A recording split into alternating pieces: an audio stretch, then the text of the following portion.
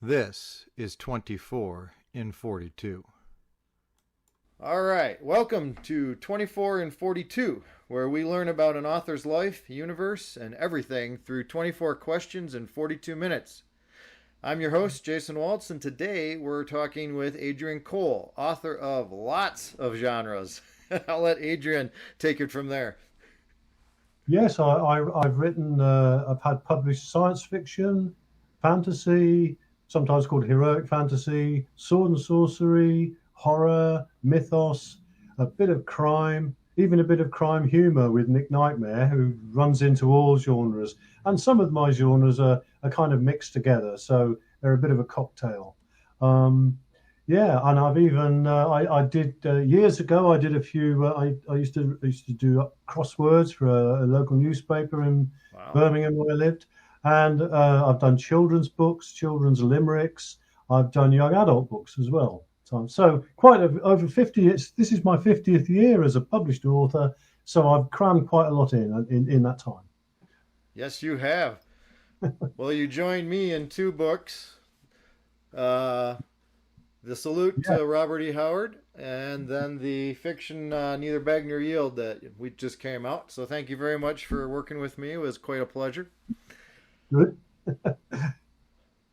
All right, so our challenge in this interview is I give the author 16 of the 24 questions in advance so that they can have a little more time to think about their answers. But I have 8 in reserve that are sort of tongue in cheek surprise questions for you.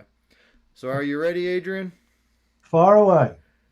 I'm going to start our timer here and let's go. Number 1, what color do you write in?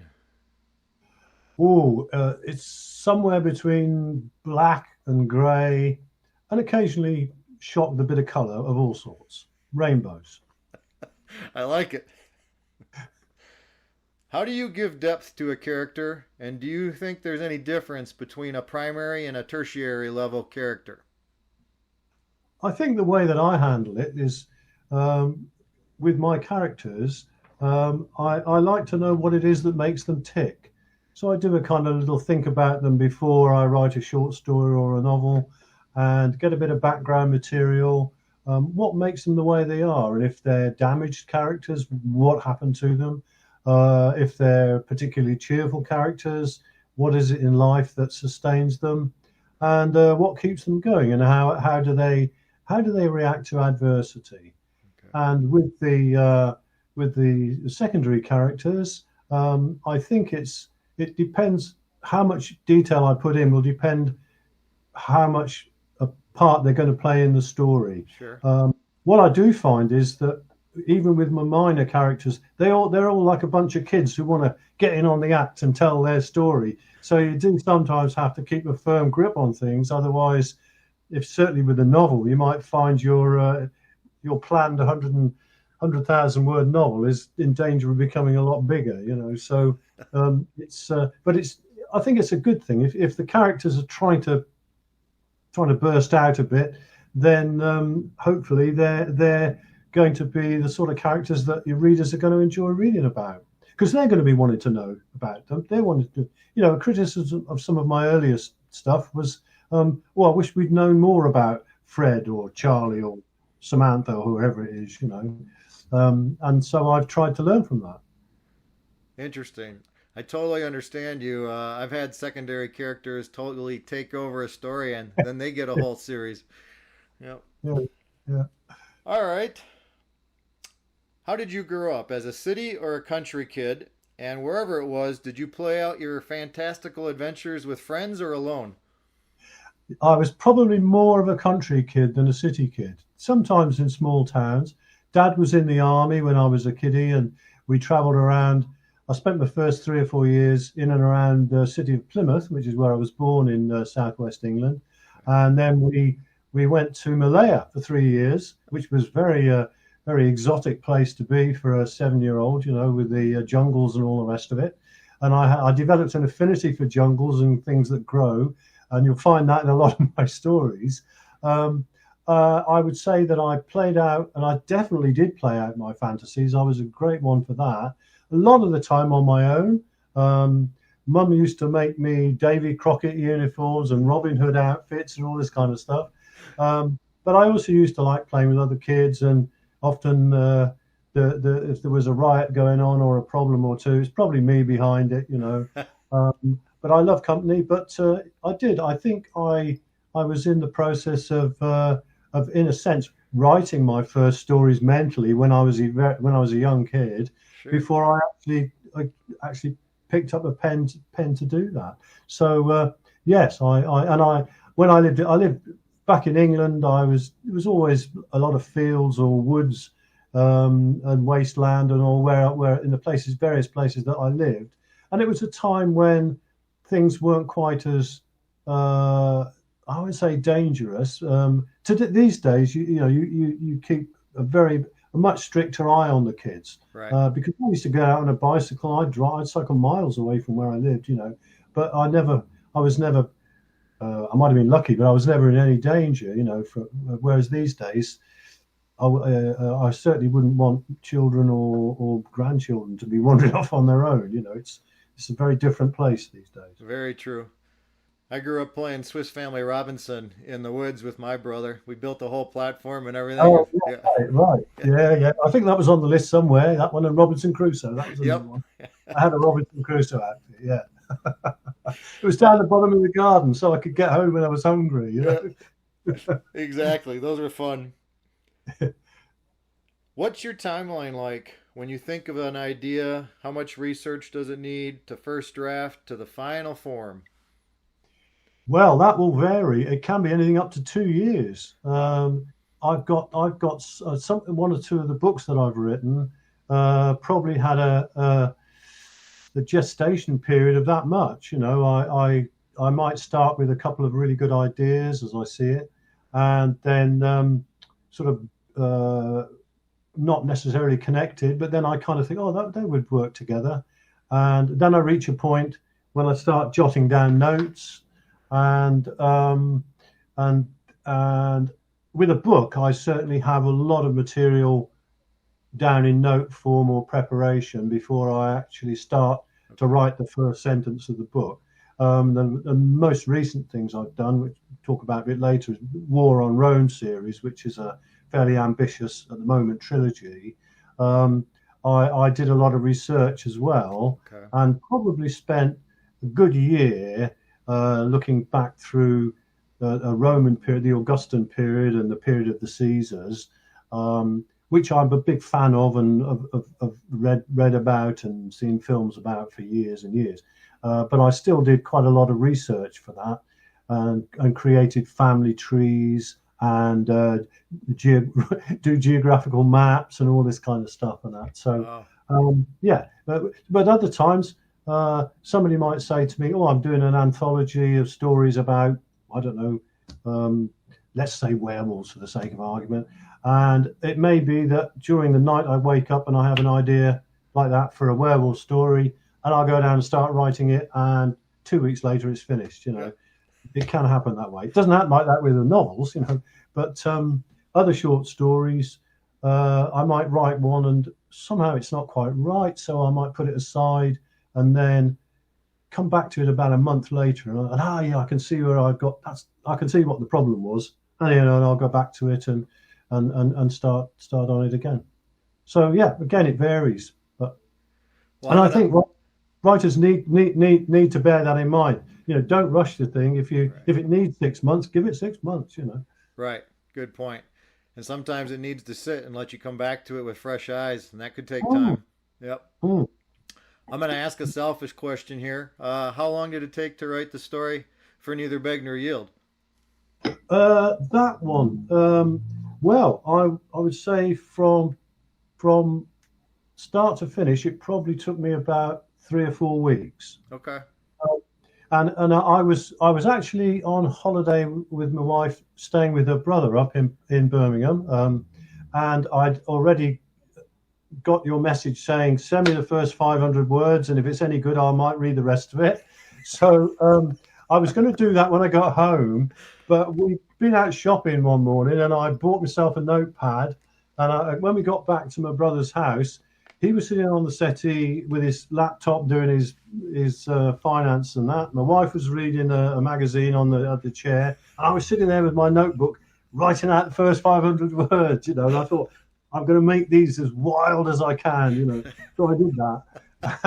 And then I had to wait 3 days before I got home, before I could sit down and actually type it out on the machine. By which time the rest of the story was flowing. And Awesome. and as you know, it's quite a lively story. Yes, it is. So and I think I tend to spend as much time on my revisions as I do on my first draft. Okay. Over it and over it and over it. I try and get as much of it. Well, I try and get it all right, but I do quite a lot of editing. So I think it was 3 to 4 weeks, but it was a fairly quick one to write, because by the time I started it, I had the whole thing in my head. Okay. Right. Having that free time away from your computer allowed you to just percolate. Yeah. Yeah. All right. Yeah, that's really crucial time, quality time. Yeah. All right. Moving to the next one. When you write, what typically assails your ears? Well, I prefer as little sound as possible. Oh. I'm in a front room with my computer, and the main road's outside, but I shut the windows and have as little sound as possible. I know some people like to have the radio on, they have the TV on, or people are running around, but I prefer nothing. I prefer it to be as quiet as possible. So the only sound I can hear really is whoever it is talking to me in my head, or however many of them there are, and that seems to work quite well. The only exception would be that sometimes my son comes in, because he's got a piano in this room, and he'll play a bit of boogie woogie or rock and roll or something. He's a very good pianist, and but I don't mind that. Whether that gets into the story one way or another, I don't know. It might speed it up a bit, but that's the only thing I like, you know. And everybody else in the family is aware of it. Oh, he's in the front room, leave him alone. You know, they get on with it. Okay. That suits them. All right. Here's a wild one for you. If you could live in a yellow submarine, would you? I don't think so. I think claustrophobia would be. I mean, if it's kind of like the Beatles type submarine, that might be fun. Yep. Because of where you'd be going and the strange people you'd be meeting. I quite like to meet the Blue Meanies, provided I was well supported. But yeah, no, I have a thing about I'm terrified of heights, and I'm one of these people that couldn't go down a pothole. You know, that when they go down. Yes. And then they go underwater, and oh no! I think I'd have a heart attack before that happened. So I'm not sure. I'm not sure that I might. Yeah, I might say I'd go, but you might have to drag me into the machine to get me there. There's a green submarine in my Nick Nightmare stories, you know, and that's quite fun to inhabit. But I can do that from behind the computer, so that's all right. Right. All right. Which of your own characters would you like to have as a best or close friend, and why? I wrote something down about that. Oh, what did I write? I've written down. Oh no, that's another answer. So where are we? Where's this thing about?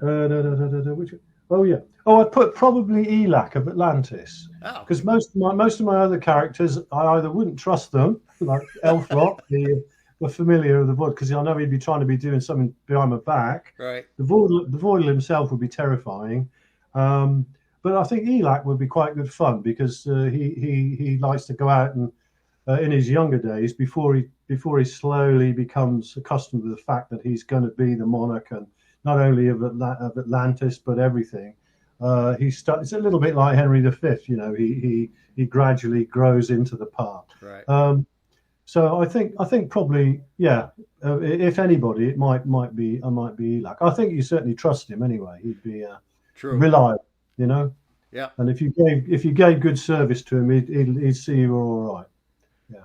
Makes a big difference, right? What kind of nonfiction do you like reading? I'm very fond of anything to do with the Roman period, the classic period. And the Dark Ages, as they call them, although they aren't really Dark Ages at all. And I also like biographies of particularly of the writers that I like. People like John le Carré and a lot of the spy writers, Fleming, and so on and so forth. So, but in the writing of War on Rome, mentioning that again, I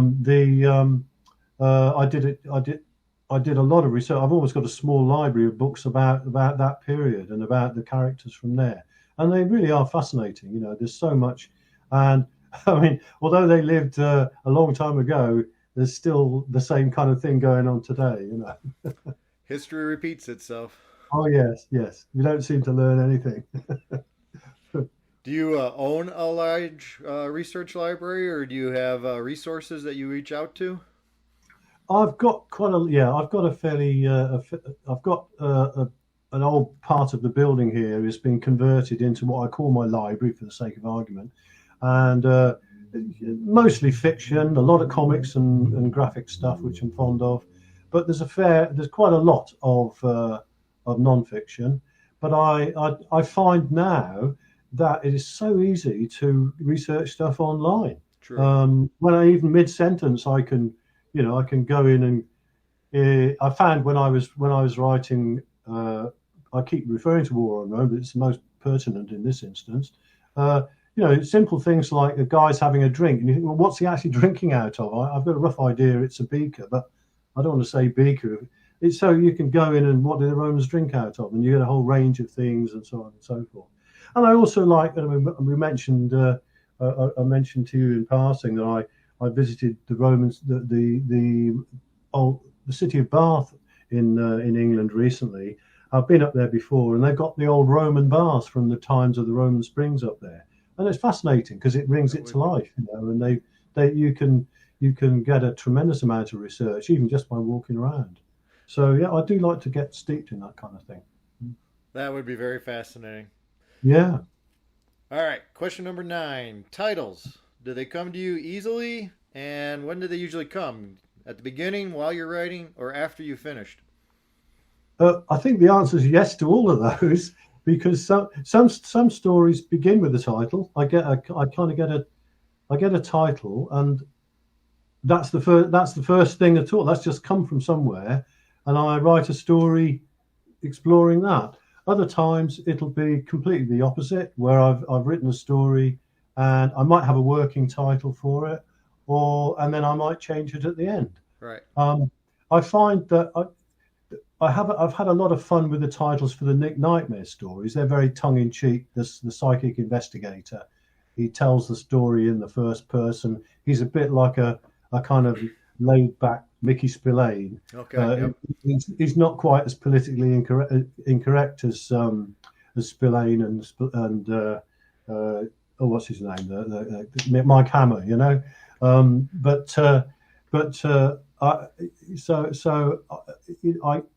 what I deliberately in those stories, a lot of those stories are pinched out of rock songs. Like.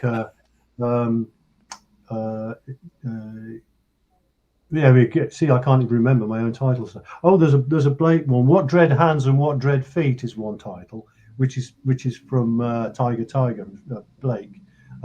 Wait for the Ricochet. That was what I was trying to think of, which is from a wonderful Deep Purple track, which I'm very fond of. I don't think I'm infringing copyright by using all these things. And there's Please Allow Me to Introduce Myself is the first of the Nick Nightmare stories, which most people will recognise as the Stones classic, and everything. So, but yeah, it varies. Sometimes it's obvious. Sometimes I'll use a pun, and sometimes my editors will say, no.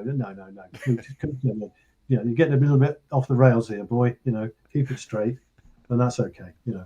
But I will say again to anybody who writing, as people often ask me, but it is very important to get the best title you can. You do need a good title because it's the first thing people see, isn't it? Yep. And for my story for you in Neither Beg Nor Yield, I used Maiden Flight, which came halfway through, I think, when I got that one, because she is a maiden, and it's her. She's a Valkyrie maiden, the character, and it's her first flight on behalf of Odin, and it just had a nice ring to it, you know. There's many connotations to it. Once you Yeah. read the story, there's two more you can interpret into there as well. Yeah. Yeah. No, I think titles play an important role. You're right. It's the catch the attention, or you play back to it from reading the story. Yeah. Mhm. So in 50 years, I can imagine you've done them all, beginning and changed them. Yes, that's a lot of time writing. All right. Breakfast. Waffles, French toast, pancakes, crepes, or bagels? Whoa. Well, over here in England, Yeah. where we do things slightly differently, um, I have angina, which is Okay. a heart condition, Yep. but it's not given me any trouble since they diagnosed it. I had some what they call stents put into Okay. my arteries to widen them up, you know. And one of the things the doctor said to me was, you've got to have porridge for Ah. breakfast every morning, okay, because it's good for controls your cholesterol level. And I also have these things called statins, which are pills I have Yep. every night. So every morning, religiously, I have a bowl of porridge for my breakfast. I don't have any sugar. I take it neat, all right, Ooh. neat. But my wife is trying to encourage me to put black currants in it, which I might do. You know, Can you have? Could you yeah. have honey? Would honey be okay? I could, but you know, I just kind of think, what would what would Ulrich do? He'd just have Right. porridge, you know, Yep. yeah. Conan, he'd have neat porridge. He wouldn't Just mess it porridge. up, you know, Yep. yeah. Not too much milk in there, you know. So, and that's the Scots. The Scots up in Scotland, they put salt on theirs, but I think that's what I would call tearing the arse out of it, you know. Thank you very much. All right. Would you live in any of the worlds you've created? I did put an answer down to that one as well. I remember what it is. Uh, no, I'd be too terrified. I'm not a very brave person. Um, I'll happily stand at the back of the queue with my rifle ready if needed, or my sword. You know, it's ironic, isn't it? Really, because I mean, I write about some very bloodthirsty battles, Yep. and Maiden Flight will testify to that. But to actually be involved in the way they used to fight, and I mean, historically, the records of how some of these battles were fought, I don't know how they did it. You know, Yeah. I mean, I'd be heading for the hills. I have to say, Yep. it's a really frightening way to fight, and yeah, and most of my worlds have got my stories are about darkness of one kind or another, and I think I'd spend most of my time looking over my shoulder if I was physically placed in that world. So I'm quite happy to observe from a distance. All right. We are at the halfway point, and we are just over the halfway time, so we're doing well. All right. Who do you think writes characters that you really enjoy reading? Right. Okay. Again, I did jot a couple down because I'll only forget them. Yeah. Some examples. There's a modern writer called John Connolly who writes a series about a detective, and they are his characters seem to me to be really powerful, very strong. Both his good guys and his bad guys, but it's really not that black and white. There's a lot of greys in there. You know, Charlie Parker is his detective. I really enjoy those. I also enjoy, from the character side of things, beautifully written are the characters of John le Carré, you know, who Okay. the spy who came in from the cold and so on and so forth. I certainly enjoy. I still enjoy Conan. I always enjoyed Conan when I first read them because he was such an off the wall kind of guy, in many ways. But I particularly enjoy the comic books. I've got a huge collection, probably all of the Conan stuff. Okay.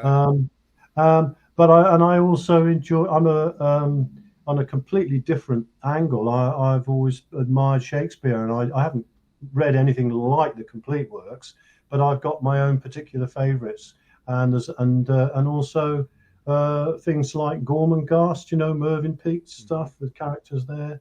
And have I written any more down?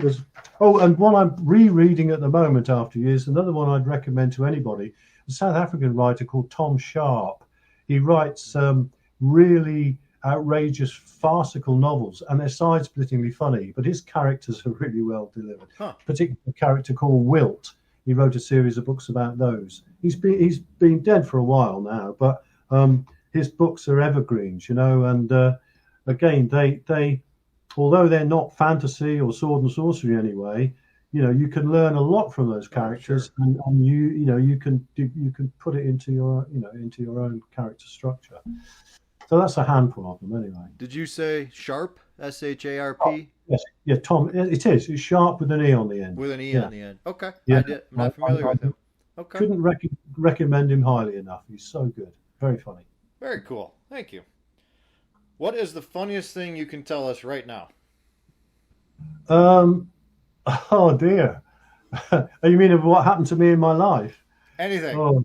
Oh dear me. Even a joke if you can't think of anything. Well, the chapter I was reading in the Tom Sharp book last night, but it's not really for reprinting on here. It's a bit too rude. But I'd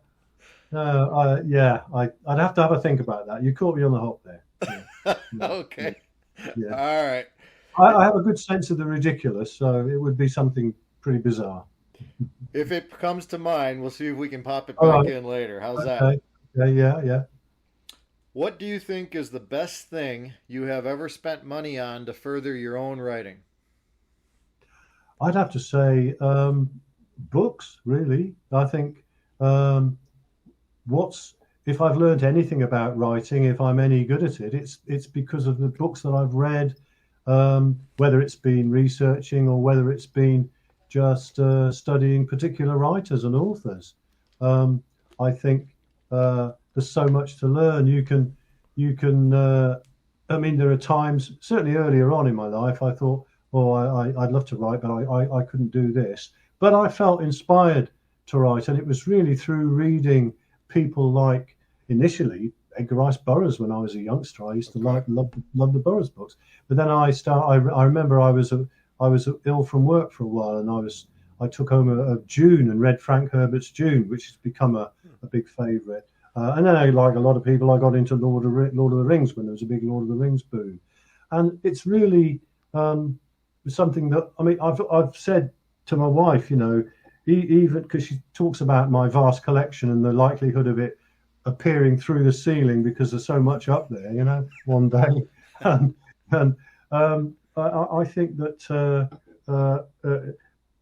on the day that I finally move on to another pastures in the heavens or wherever it might be, there'll still be books being delivered through the front door that I've ordered because I'll still be collecting, So I think that's probably what it is. It's that library. It's that ever growing vast domain of books that's out there. And I know I won't read anything like the amount of books I'd like to read, but I have found that's where my seeds have grown and developed from reading. Certainly. Yes. All right. As a writer, do you think it makes writing more difficult or possibly easier if you feel emotions strongly?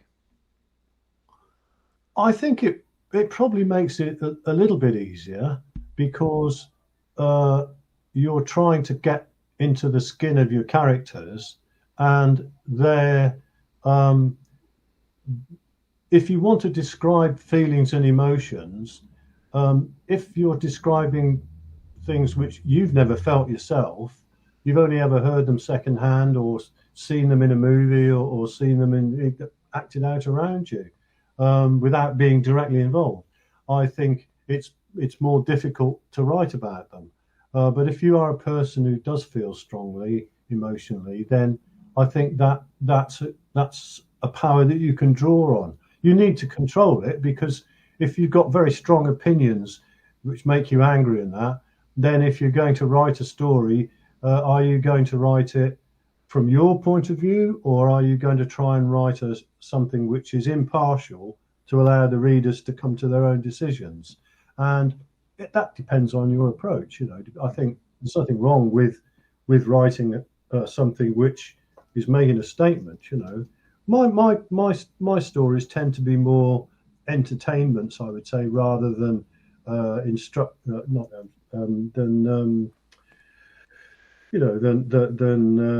trying to solve problems in life and that. Sure.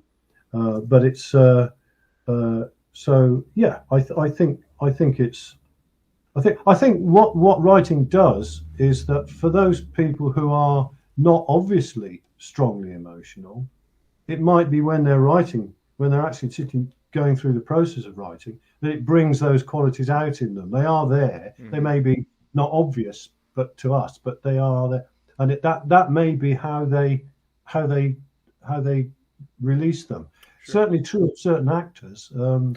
I know some actors are very, very reserved as themselves, and they when you see them on stage or in the movies and that, they are able to be empowered and to produce extraordinary performances, and you think, how different to the real person. Right. Yeah, and I think to some extent that's true of writers. I can see that. Okay. All right. Can you share 3 of your favorite books as a child? Yeah, well, I suppose I'd have to say the first one that really, like so many youngsters, I was staying at my aunt's on holiday, one summer holiday, and there was an old, what they call a footstool. And it was a stool, and you opened up the lid, and they used to keep shoes and slippers in there.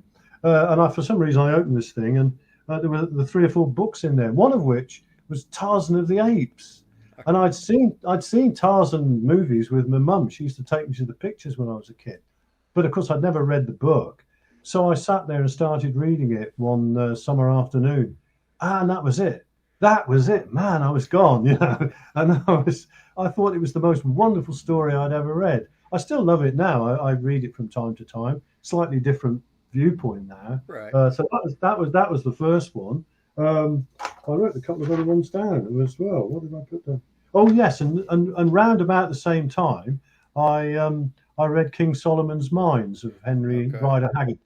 So I became a fan of Burroughs and a fan of Haggard, and I was also reading things like Lovecraft, and there was a famous series of horror anthologies called the Pan Book of Horror Stories over in England, and I got to enjoy those about the same age. And then the other third one, I'd say, slightly odd choice, but Macbeth. It came at me from a number of directions. I first discovered it. There was a series of comics years ago called Classics Illustrated, and they used famous works of literature, and Macbeth was one of them. And I had it, and I kind of understood it, but it was fascinating. But then when I went to what we call secondary school, high school, I guess you'd call it, one of the first books we started to study in our English was Macbeth, and I absolutely loved it. It had almost the same effect as the Tarzan of the Apes. Separate universe, I guess. And all through my life, Macbeth keeps cropping up one way or another. And if he's a couple of years back, they did a version of it at the Royal Shakespeare Society every year at Stratford on Avon. They put on the shows, and we have a family visit, and we went to see Macbeth up there, and I seem to have been following him around, and so I've incorporated bits and pieces of Macbeth and Macbeth influenced stuff into, again, some of my Nick Nightmare stuff, where absolutely anything goes. If you ever get a chance to read those, that's a conglomeration of everything. I have read 2 of them. I'm sorry I couldn't tell you the titles. I do need to read the whole thing, though, the whole series. Oh, well, good. All right. When you're all done writing something, are you exhausted and just ready for a hot bath and a good drink? Or are you pumped and ready to rumble? I'll just put those in a minute, okay? Perfect. I like it. That's Nick. Okay. Right, sorry, what was that? When of what? Could you repeat the question? Sorry. After you're all done writing something, it's a wrap, Yeah. you're done. Are you ready for a hot bath and a good drink? Or are you ready to rumble? Um, I have a very kind of religious approach to how I write. I get up in the morning, I have my porridge. I've talked about that, neat, and then I'll sit down, and I've already thought about what I'm going to write for the session, and I'll probably do about 2 hours in the morning, something somewhere between 9:30, 11:30, midday, and that's a wrap for the day. And then I'll go off, and next thing I'll probably do is a bit of shopping, or if it's a nice day like it was today, I'll go and do the beach before I go shopping. So Nice. I'm a swim. So I kind of switch it all off, and if I've finished a book, I switch it off, and I'll go off and I'll do other things. I'll go and might do a bit of gardening or a bit of decorating or a read, and I just wind down slowly, really. Okay. And I'm probably thinking about what am I going to be writing tomorrow. So make a few notes and start again. It's always, always usually, going. yeah. I have a little bit of a summer break, and I was trying to have one this year, but I got commissioned to do a few things, so I'm fighting to stay at the keyboard and not keep rushing off to the beach. If it's nice. You got a number of things in the works and coming out. We'll get to that in a second. All Yeah. right. What is the most difficult thing you think you've ever written? Right. I can wave a few more books at you now. All right.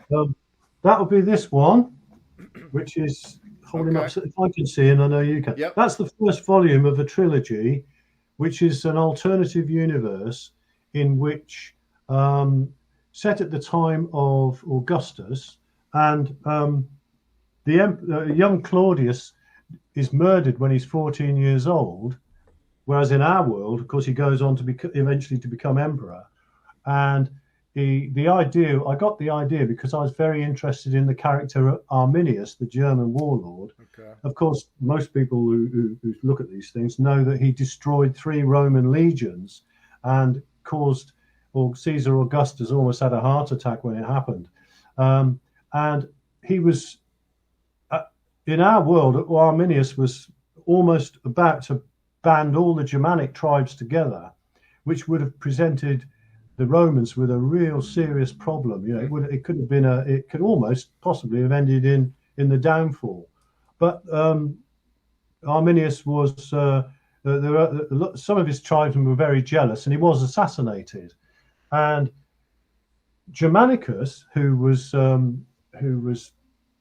due to probably to become emperor later in life, Tiberius, his father-in-law, was very jealous of his power, I think. And Germanicus died in Syria. He sent him out to Syria. He died out there and possibly was poisoned, assassinated. Okay. Whereas in War on Rome, both characters survived the assassination attempts, and they go on to become major protagonists in an alternative history. And the second volume is Germanicus. We can hold that one up for everybody to see. All right. And then the third volume is called Boudica. Boudica is one of my heroes or heroines, and so the third volume is about a war between Rome and Britain, but it's not the same war as the one in our world. It's by the time we get to that stage in the stories, events are beginning to change quite dramatically.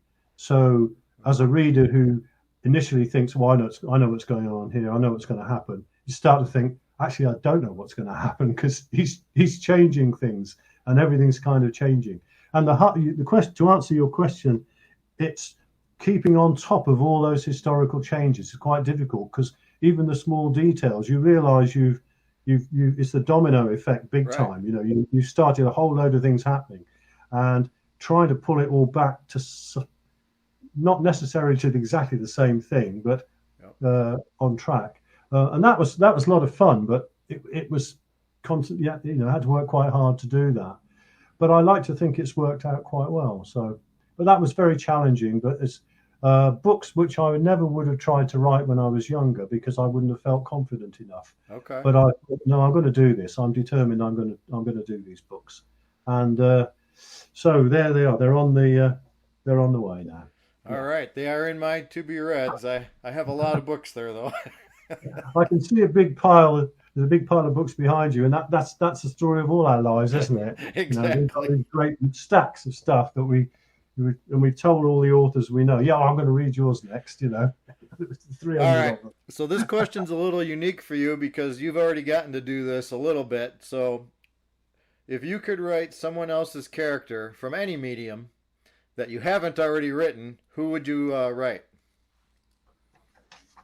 Well, well, I've always been a big fan of Ian Fleming's James Bond, Okay. the original Bonds. I like those. The last of them tailed off a bit, but there've been quite a lot of people who've written James Bond books since. But I've not been very fond of any. I don't think anybody's really nailed it anywhere close. Kingsley Amis did write one shortly after Fleming died, which was called Colonel Sun, and I think that was as close as anyone's got. I reckon I would quite enjoy having a go at doing that. I did at one time think I'd like to write a Conan pastiche, but there are so many hundreds of those now. I think that it would be very difficult. If I did write one, or was given an opportunity to write one, it would be something that right off the left field. It would be something very different. It'd have to And be. I think I know what I would do with it, but I'm not going to say anything. Okay. So yeah, and I think I suppose the nearest I've got was with Nick Nightmare again, with those stories where I'm just pinching everybody's ideas, everybody's characters, and mingling them in, and just having that's just a bean feast, Yep. Having a bit of fun. Yeah. Speaking of fun, this question is 10 first thoughts. I'm going to throw a word out, and I want you to say the first thing you think of. All right? I'll try. Don't expand. Just one word. I mean, you can have a multiple word answer, but just one, whatever you first think of. All right. Dagger. Macbeth. Engine. Cyberpunk. Channel. Steampunk. That would be the St. George's Channel, which runs into the Celtic Sea nearby, where I swim all the time. Lilac.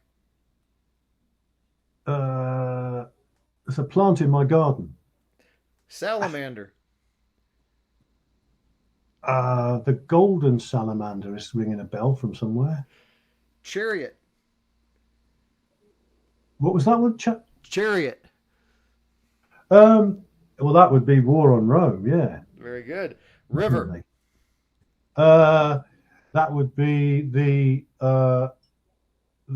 Torridge River, which runs down the bottom of my town and out to the sea where I swim. Yeah. Okay. Yeah. Fear. Apprehension that something horrible is going to happen. Darkness. Something horrible has happened. And smell.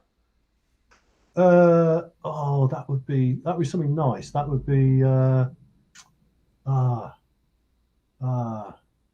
it would be a nice perfume of some kind. Okay. I'll take it. All right, we have a few questions left and we're almost out of time, but we're getting all these questions. Do you have a favorite quote and can you share it? Yes, I always like the quote from Julius Caesar, which I can't remember. No, it's there is a tide in the affairs of men, which taken at the flood leads on to fortune, and it goes on. The whole passage is a beautiful passage about take your chance, grab your chance while the going's good. Don't miss it because you'll regret it for the rest of your life. And anything from Macbeth as well. There would be any quotes from Macbeth, but that one's always been quite a mood for me. It's been quite a powerful quote. That. Good, it is. It's motivating. Who is your favorite visual artist? Frank Frazetta, the King. Okay. Yeah, there are lots of artists I like. I've got quite a big collection of art, particularly fancy art. But Frazetta, I don't know. He's like he stands on his own. Amazing. Yes. Maybe an obvious answer, but I got to be honest. Exactly. Yeah. We're finding out about you. All right. You've already alluded to this one a little bit. What are you trying to share in your writing, if anything? A sense of adventure, excitement, a spirit of working together on things against all odds. To use a wonderful line from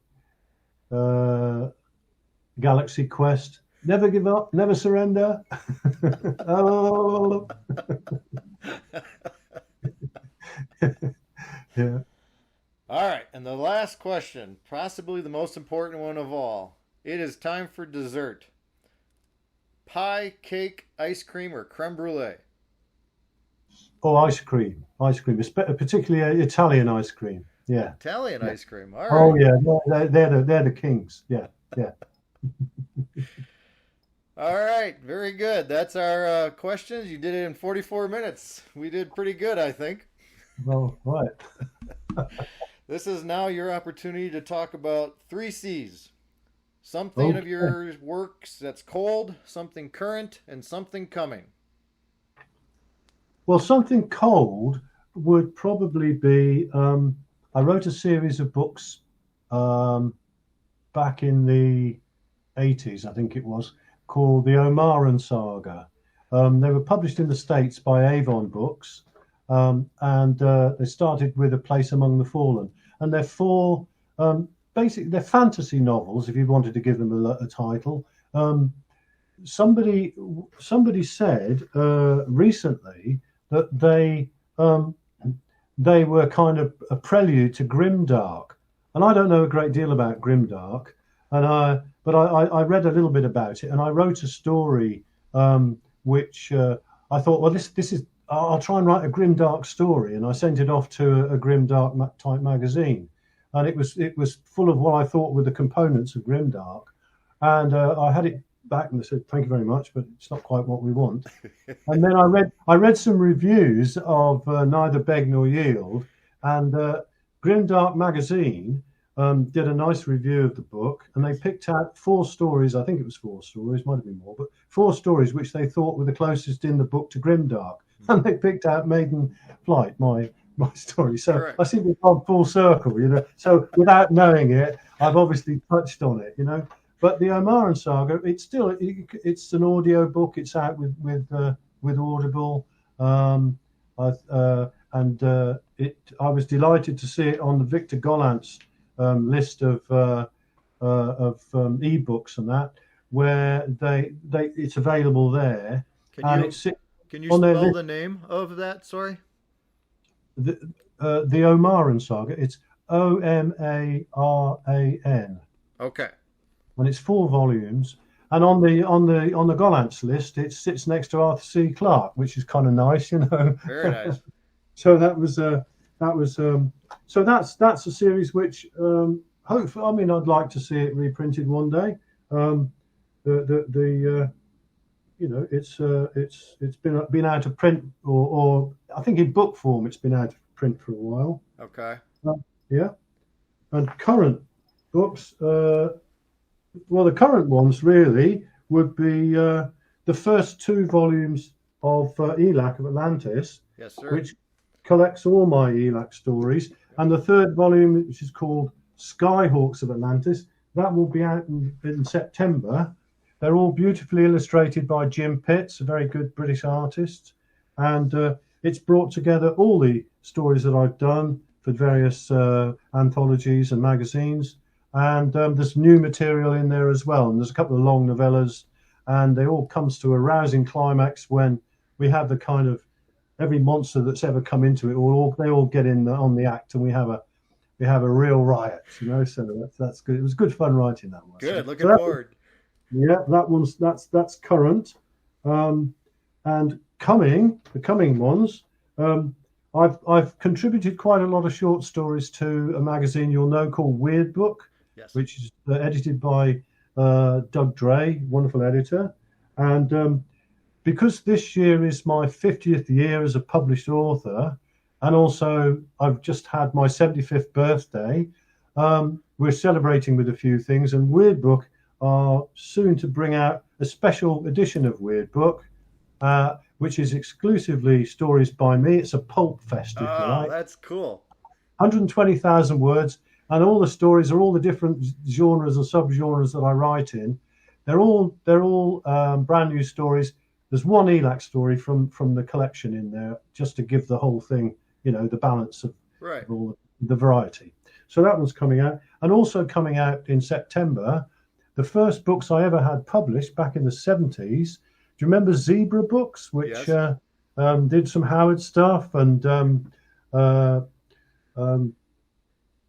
David Smith was in there, who I've since become a correspondent with.